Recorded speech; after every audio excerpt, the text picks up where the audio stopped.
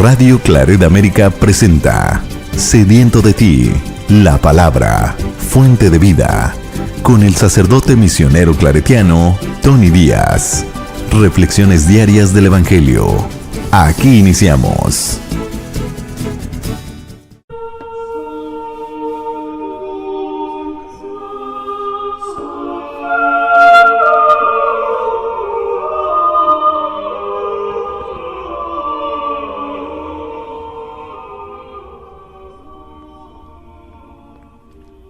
Bienvenidos hermanos a nuestras reflexiones bíblicas de las lecturas del día. Hoy es miércoles dentro de la temporada de Navidad, después de la octava de Navidad.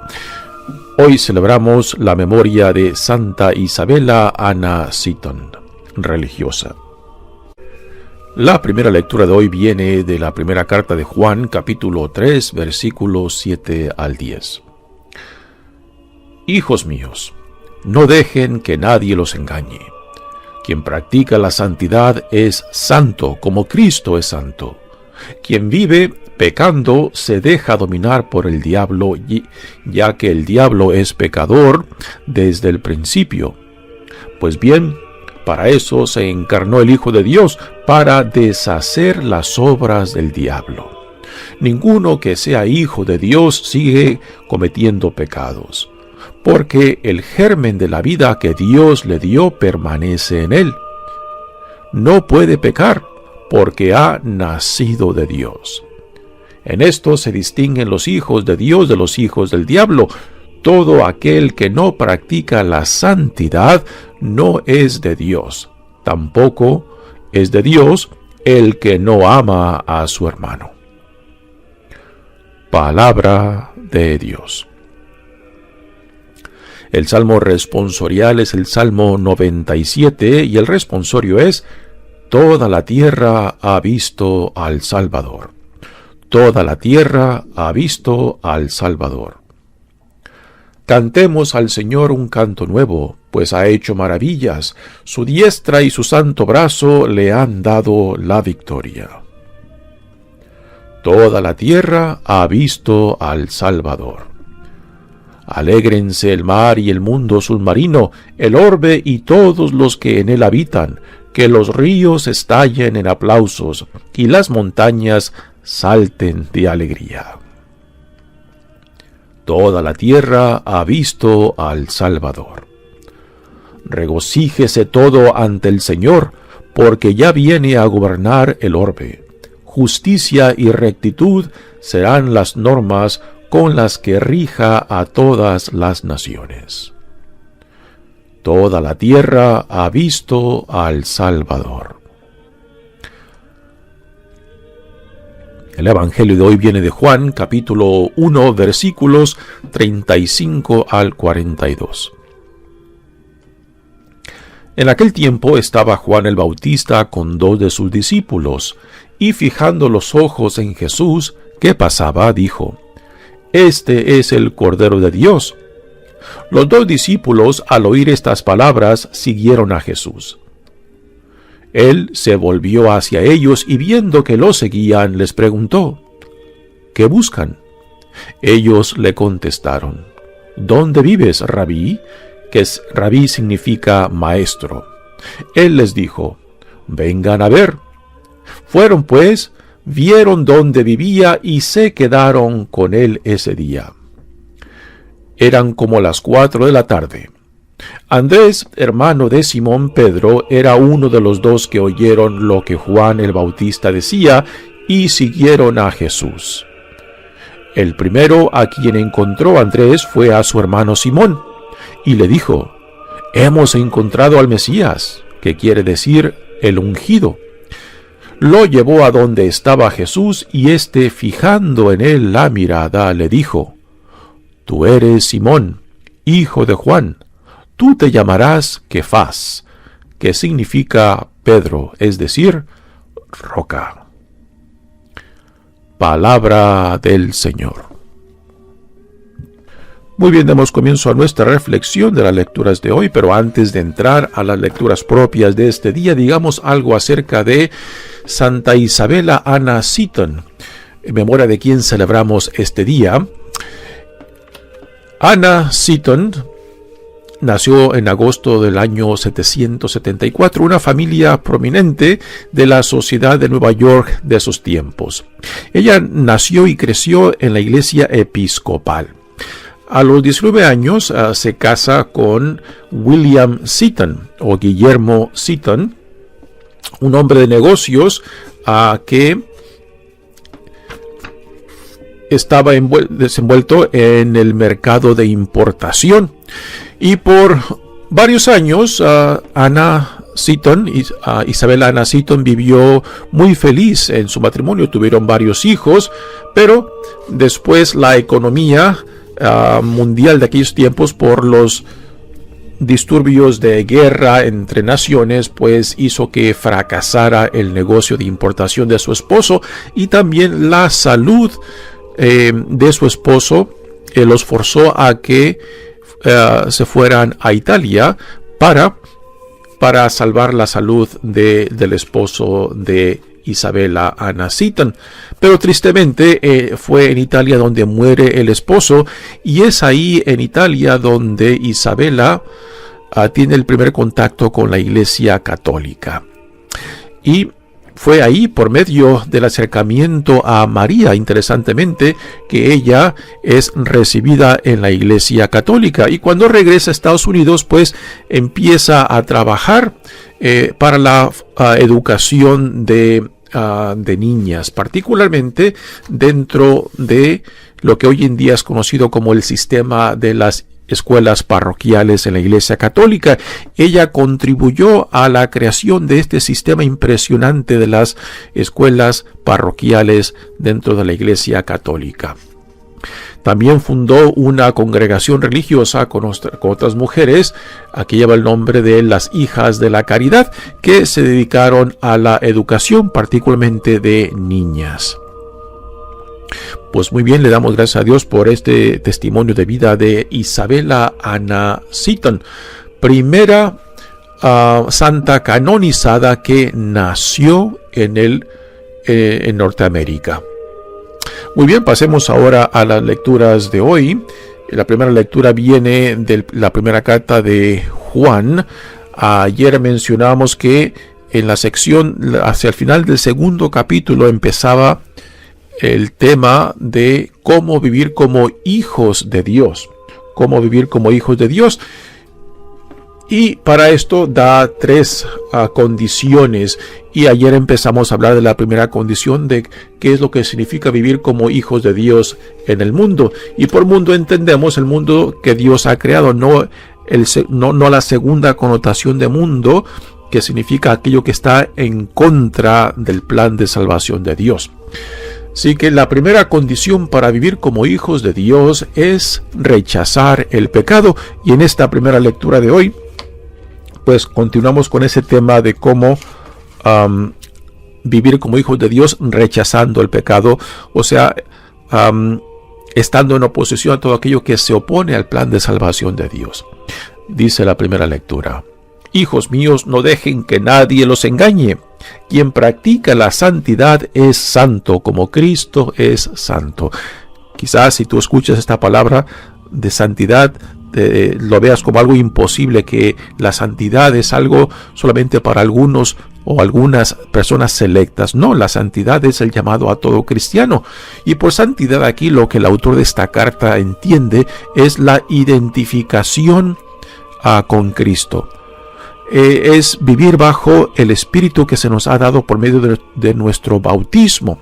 Es ser asumido por la persona de Cristo, es ser en cierta manera consumido por el amor de Dios, ¿no? Y que entonces cuando uno se deja atraer por Dios, se deja inspirar por Dios, se deja llevar por el Espíritu de Dios, entonces esto es a lo que el autor entiende por santidad: vivir según nuestra nueva dignidad como hijos e hijas de Dios.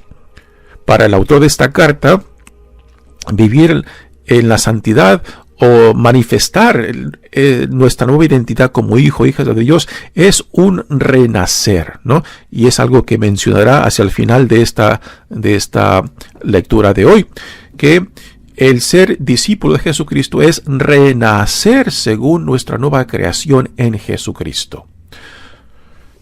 Dice, quien vive pecando se deja dominar por el diablo. Aquí entra el tema de este personaje del diablo. Y del diablo es la imagen personificada de aquello que se opone al plan de salvación de Dios.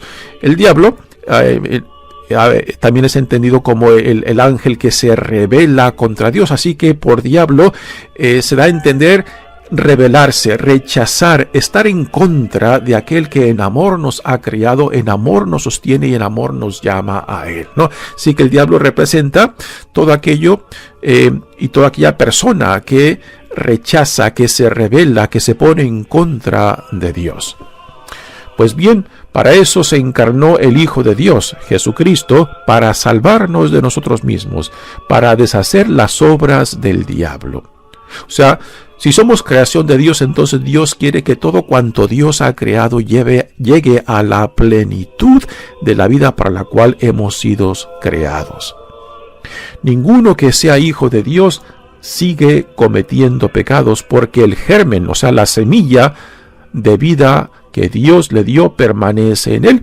Este es un tema que encontramos mucho tanto en el Evangelio de Juan como en esta carta, que el ser discípulos, el ser cristianos, significa de que hemos renacido, de que somos una nueva creación y por tanto ser una nueva creación en Cristo significa identificarnos con la visión del reino que Dios en Jesucristo ha inaugurado.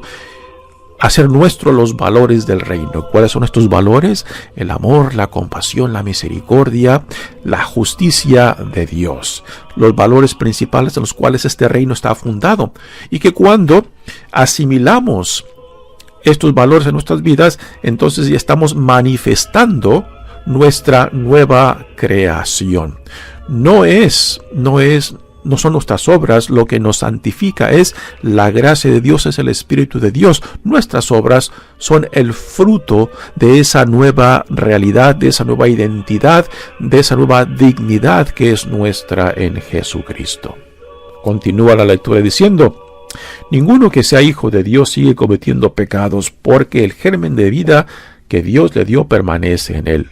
No puede pecar porque ha nacido de Dios. Aquí está el tema que ya mencioné al principio, de que para el autor de esta carta, ser discípulo de Jesucristo es renacer. También en el Nuevo Testamento, cuando se habla de renacer en Cristo, se habla de conversión, ¿no? Y el concepto de esta palabra de la conversión o metanoia, que es la palabra en griego que el Nuevo Testamento utiliza, si les puedo crear esta imagen, es la metanoia o la conversión o el renacer en Cristo es ser reorientado hacia la voluntad de Dios. Por ejemplo, si por la gracia de Dios me doy cuenta que voy encaminado en cierta orientación en mi vida, lo cual implica ciertas opciones que destruyen mi vida, las vidas de otros en torno a mí. Orientación que no acepta, sino que rechaza lo que Dios me da en Jesucristo. Entonces, por la gracia de Dios me doy cuenta que ando mal en la vida, que ando equivocado. Dios viene a mí y me dice, alto, detente, ¿no?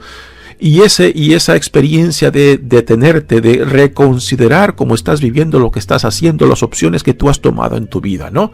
Ese es el primer paso, ¿no? Que podemos llamar también arrepentirse. Y después el segundo paso es pedirle a Dios que nos dé la gracia para reorientar mi vida hacia donde Dios me llama, que nueva reorientación es según la voluntad de Dios para conmigo. Esta es una imagen de lo que la palabra metanoia o conversión, como a veces la traducimos, o renacer en Cristo, es a lo que hace referencia el autor de esta carta. Así que para ser cristiano tiene que haber un antes y un después de Cristo. O sea, como yo era antes de que Cristo viniera a mí, antes de que Cristo me ayudara a reconocer y a aceptar mi nueva identidad y dignidad como hijo, como hija amada de Dios. Y el después es el identificarme con Cristo, con su visión del reino, con mi nueva identidad y dignidad como hijo e hija amada de Dios. Sin esta experiencia, el cristianismo no tiene sentido. Sin esta experiencia de conversión, que es un proceso de vida que no ocurre simplemente una vez en la vida, es la experiencia fundamental que nos ayuda a decir sí a este llamado que Dios nos hace en Jesucristo. Sin esta experiencia, pues reducimos la religión, reducimos el cristianismo simplemente a prácticas, a devociones que no producen vida. Y tristemente para mucha gente muy religiosa, esto es lo que entienden por religión. Simplemente una colección de tradiciones, de rituales, de mandamientos, pero que no producen vida porque no los acercan ni en intimidad y en confianza ni a Dios ni al prójimo. Y no les ayuda a ver lo que Dios ve en ellos, su nueva dignidad e identidad como hijos e hijas amadas de Dios. Así que nacer en Cristo o renacer en Cristo tiene que llevarse a cabo en nosotros. Y no es tanto de que yo ya fui bautizado, fui confirmado. Es algo más personal, es algo que tiene que brotar de ese encuentro personal e íntimo que se tiene que llevar a cabo en nuestras vidas. Si no, entonces la religión simplemente es un ritual, o son tradiciones, o son devociones, pero que no producen vida. Continúa el autor. En esto se distinguen los hijos de Dios de los hijos del diablo. Todo aquel que no practica la santidad, o sea, que no vive su nueva dignidad e identidad como hijos e hijos de Dios, aquellos que no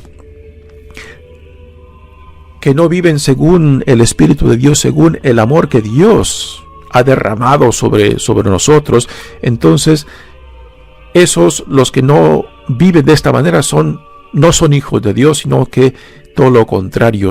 Y repito, los hijos de lo que llama aquí, los hijos del diablo, son aquellos que viven en rebeldía, en oposición, en rechazo a lo que Dios nos ofrece en Jesucristo. Todo aquel que practica la santidad, que no practica la santidad, no es hijo de Dios. Tampoco es de Dios el que no ama a su hermano. Aquí otro tema central que los evangelios nos dejan bien plasmado. Nuestra relación con Dios nos tiene que llevar por necesidad al prójimo. Si mi religiosidad, la forma en que yo entiendo mi fe, mi religiosidad, simplemente es algo personal entre yo y Dios, pero que no me acerca al prójimo en la hermandad, en la solidaridad, entonces aquí hay algo terriblemente mal en cómo se entiende y cómo se vive esa fe, esa religiosidad. Si mi religiosidad, si mi fe en Dios está fundada en una relación de intimidad y confianza que por necesidad me lleva al hermano, al prójimo, entonces aquí está el evangelio en un estado vivificante, en el cual constantemente nos lleva a más allá de sí mismo, hacia afuera, hacia el hermano, hacia el prójimo. Y esto es lo que el autor de esta carta nos quiere dejar bien claro en estas últimas palabras. Tampoco es de Dios el que no ama a su hermano. Muy bien, pasemos ahora al evangelio de hoy, que viene de Juan. Y aquí tenemos el primer llamado, según el evangelio de Juan, de los primeros discípulos de Jesucristo. Recordamos de que Juan el Bautista nace primero que Jesucristo, unos 6 meses antes, según lo que leemos en el evangelio de Lucas. Y después Juan el Bautista pues preside a Jesucristo y es el que prepara el camino, es el que prepara también a aquellos que van a seguirlo. Tenemos aquí que 2 discípulos de Juan el Bautista son los primeros discípulos que después siguen a Jesucristo. Así que aquí tenemos la escena en el Evangelio de Juan cuando nuevamente Juan el Bautista identifica quién es el que tenía que venir, el enviado de Dios, el Mesías. Y aquí hay una frase que se repite un par de veces en este Evangelio de cómo ver, ¿no? O sea, y por cómo ver no me refiero a ver físicamente con los ojos, sino que a discernir según el Espíritu de Dios. Y hay un par de veces que aquí se menciona, una vez en relación a Juan, otra vez en relación a Jesús, ¿no? Dice, en aquel tiempo estaba Juan el Bautista con 2 de sus discípulos, y fijando los ojos en Jesús, aquí está fijar, ver, ¿no? O sea, de que cuando Juan el Bautista ve a Jesús, no simplemente le está viendo con los ojos físicos, sino lo está viendo con el Espíritu de Dios, el discernimiento de Dios en él, porque no solamente ve a Jesús que es su primo, sino que es Jesús, el enviado de Dios, el Mesías. Y aquí este testimonio de Juan el Bautista, pues viene más allá de simplemente ver a Jesús físicamente, sino de verlo según el Espíritu de Dios en él. Y dice Juan, este es el Cordero de Dios. Ya ayer hablamos de este título que Juan el Bautista le da a Jesús, el Cordero de Dios. Los 2 discípulos, al oír estas palabras, siguieron a Jesús. Así que este es el Cordero de Dios, el Mesías, el que tenía que venir. Y cuando Juan el Bautista le dice esto a sus discípulos, pues los discípulos van detrás de Jesús, porque lo que Juan acaba de decir es la profecía, lo tanto esperado desde antiguo de que Dios enviará y de que la época mesiánica ya se ha inaugurado, porque aquí está ya presente entre ellos el prometido, Jesús, el Hijo de Dios, el Mesías. Y entonces se van detrás de Jesús, los 2 discípulos, y Jesús se da cuenta que lo van siguiendo, se detiene, se vuelve hacia ellos y les pregunta, ¿qué buscan? ¿Qué buscan? Una pregunta muy interesante. ¿Qué es lo que tú buscas cuando vas detrás de Jesús? ¿Es pura curiosidad? ¿Es un interés verdadero en este hombre llamado Jesús el Nazareno? ¿Va detrás por necesidades personales? Quizás buscas un sentido en la vida, quizás buscas sanación en tu vida, o si también tienes interés en lo que Él tiene que ofrecerte. En los evangelios se nos dicen de que multitudes, y a veces nos podemos crear la imagen de que eran cientos o quizás miles de personas que venían tras Jesús, pero hacia el final de la vida de Jesús son muy pocos los que se mantienen cerca de Él, los que se mantienen fiel a Él. Aún sus propios discípulos, en el momento más crucial de su vida, lo abandonan, y Pedro mismo lo niega que lo conoce. Así que la pregunta de Jesús, ¿qué es lo que buscas? Porque según lo que busquemos es según la filiación que tendremos con Jesús. Si verdaderamente nos identificamos con Él, si verdaderamente nos jugamos la vida con Él, si verdaderamente hacemos nuestra la visión que Él nos da de lo que Dios está llevando a cabo en Él y por medio de Él. Y si solamente es curiosidad, pues fácilmente esa curiosidad desaparecerá cuando las implicaciones del discipulado nos aprieten y nos forcen a tomar decisiones serias, ¿no?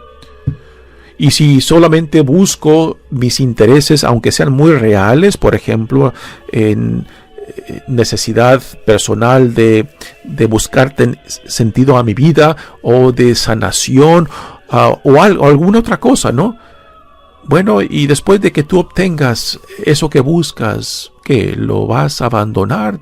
¿Vas a irte por otro camino o vas a mantenerte todavía atrás de él? Por eso la pregunta, ¿qué es lo que buscas?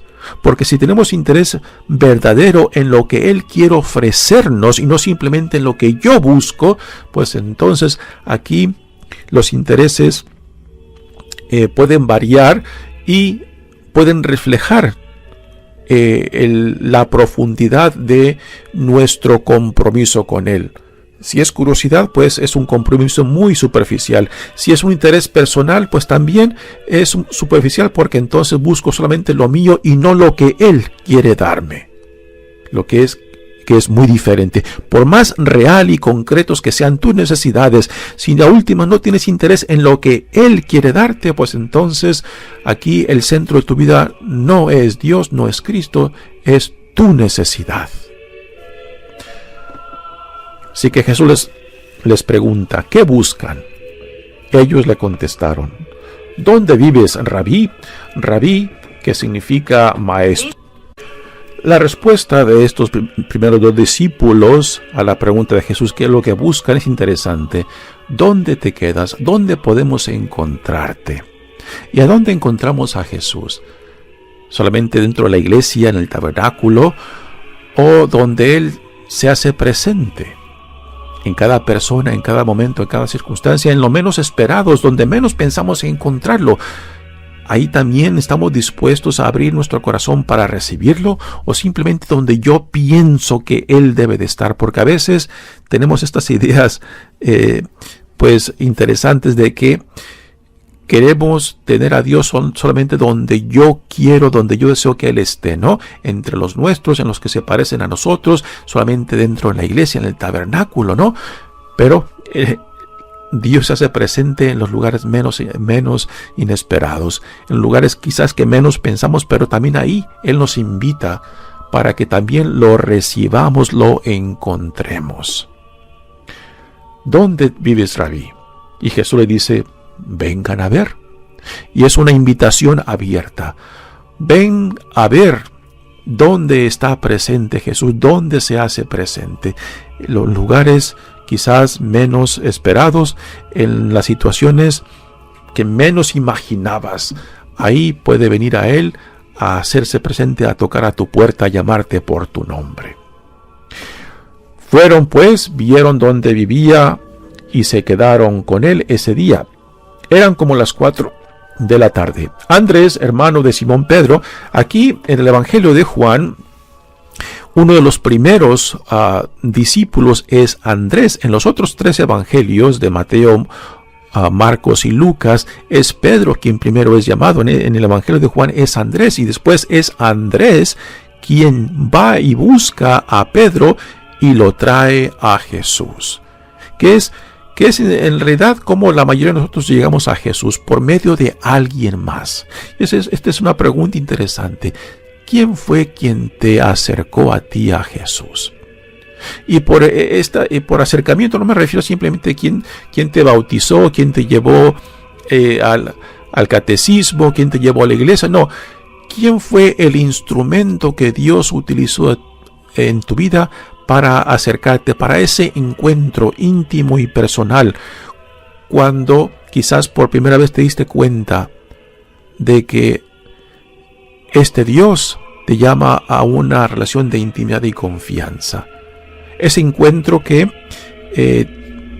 te dio quizás esa experiencia íntima y personal, que quizás por primera vez te diste cuenta de la intimidad y el acercamiento de Dios que viene a nosotros en la intimidad de tu vida, en tu historia personal, que es la experiencia necesaria para el seguimiento, para el discipulado. Así que ¿quién es quien te trajo a ti? Así que Andrés, hermano de Simón Pedro, era uno de los 2 que oyeron lo que Juan el Bautista decía y siguieron a Jesús. Él primero a quien encontró Andrés fue a su hermano Simón y le dijo, hemos encontrado al Mesías. Son palabras interesantes. el esperado por cientos y cientos de años, el esperado según la tradición profética, el esperado según lo que Moisés nos dijo, ¿no? Ya está entre nosotros. Y le dice, hemos encontrado al Mesías. Mesías, Cristo, el ungido significan lo mismo en diferentes lenguas. Mesías es en hebreo, Cristo es en griego, el ungido en español, en inglés decimos the anointed. Así que Cristo, Mesías, el ungido, significan lo mismo en diferentes lenguas. Así que cuando decimos Jesucristo, en realidad estamos diciendo Jesús el Cristo, Jesús el Mesías, Jesús el ungido, el enviado por Dios. Así que Andrés llevó a Pedro a Jesús. Y cuando Jesús lo ve, aquí está otra vez estas palabras que mencioné al principio, en torno a Juan, cuando Juan ve a Jesús. Cuando Juan fija los ojos en Jesús, ahora Jesús fija los ojos en Pedro y le dice, fijando en él la mirada, Jesús le dijo, tú eres Simón, hijo de Juan, tú te llamarás Kefas, que significa Pedro, es decir, roca. Así que hay una forma de ver más allá de la vista física, es de ver según el Espíritu de Dios, es discernir el momento que estás viviendo según el Espíritu de Dios, según la gracia de Dios.